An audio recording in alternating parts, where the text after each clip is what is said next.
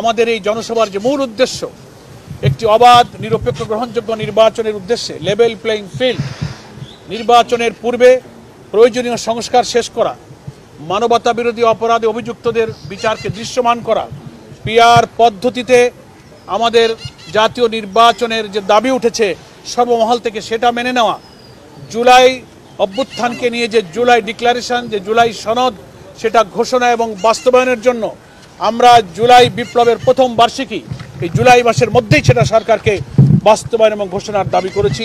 সেই দাবি এই ময়দানের জনসভা থেকে উত্থিত হবে। আমরা জাতীয় নির্বাচনের আগে স্থানীয় নির্বাচনের দাবি আমরা করেছি।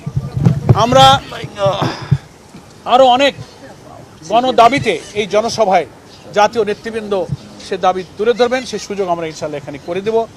বিভিন্ন রাজনৈতিক দল, দেশপ্রেমিক ইসলামী সংগঠন, অন্যান্য রাজনৈতিক দল, সুধী সমাজ, সুশীল সমাজ, সব শ্রেণী পেশার ধর্ম বর্ণ নির্বিশেষে সকলকে আমরা আমন্ত্রণ জানাচ্ছি।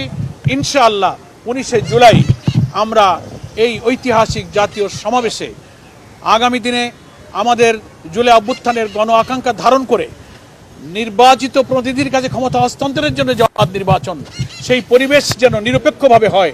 সরকার, নির্বাচন কমিশন, সমস্ত প্রশাসন যেন নিরপেক্ষভাবে মানুষের সকল সংশয়কে দূর করে নির্বাচন সুষ্ঠুভাবে পরিচালনার জন্য একটা লেভেল প্লেইং ফিল্ড, কোনো দিকে না ঝুঁকে সবার ক্ষেত্রে সমতার ভিত্তিতে যে গণদাবি উঠেছে এটা যেন নিশ্চিত করতে পারেন, এই লক্ষ্যে এই জনসভা সফল করার জন্য দেশবাসীর কাছে আমরা আহ্বান জানাচ্ছি।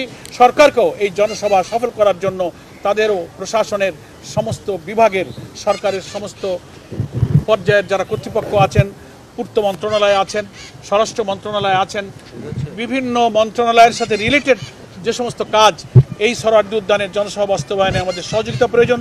আশা করি সরকার আমাদের এই জনসভা বাস্তবায়নে সেই সহযোগিতার হাত তারা সম্প্রসারিত করবেন।